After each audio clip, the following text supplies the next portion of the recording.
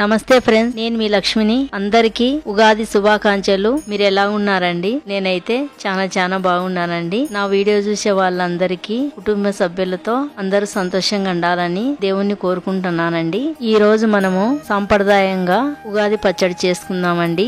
ఉగాది పచ్చడికి కావాల్సిన వస్తువులు 50 గ్రాముల చింతపండు, 100 గ్రాముల బెల్లము, ఒక మామిడికాయ, 2 స్పూన్ల సాల్ట్, 1 స్పూన్ మిరియాలు, కొంచెం యాపపూత, యాపాకు తీసుకొని కొమ్మలు లేకుండా యాపపూతను మాత్రమే తీసుకున్నానండి.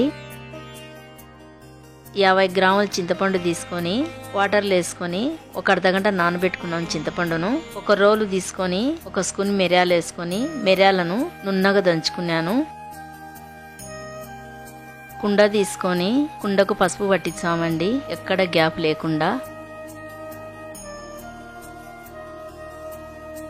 పసుపు పట్టించిన తర్వాత కుంకుమ తీసుకొని కుండ చుట్టూరు కుంకుమ బొట్లు పెట్టుకున్నామండి.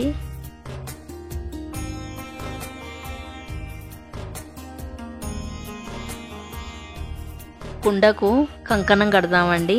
మనం తెలుగు వాళ్ళం కదండి, సాంప్రదాయంగా పద్ధతిగా మనం ఉగాది పండుగ చేసుకుందాం.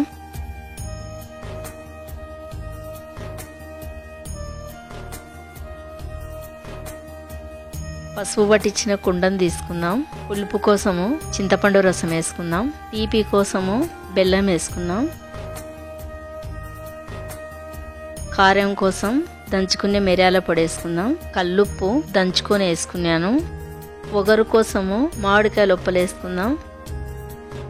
చేదు కోసము యాపపూత వేసుకుందాం. ఒక గంటె తీసుకొని తీపి, పులుపు, కారం, ఒగరు, చేదు అన్ని కలిసేటట్టుగా మన ఉగాది పచ్చడిని బాగా కలుపుదాం. మన ఉగాది పచ్చడి రెడీ అయిపోయిందండి. ఇంకొకసారి అందరికి ఉగాది శుభాకాంక్షలు. అందరి ఉగాది పండగ బాగా చేసుకోవాలని దేవుణ్ణి కోరుకుంటున్నానండి. ఇంకొక కొత్త రెసిపీతో మళ్ళీ కలుద్దామండి. నా వీడియో నచ్చితే నాకు లైక్ చేసి సపోర్ట్ చేయండి.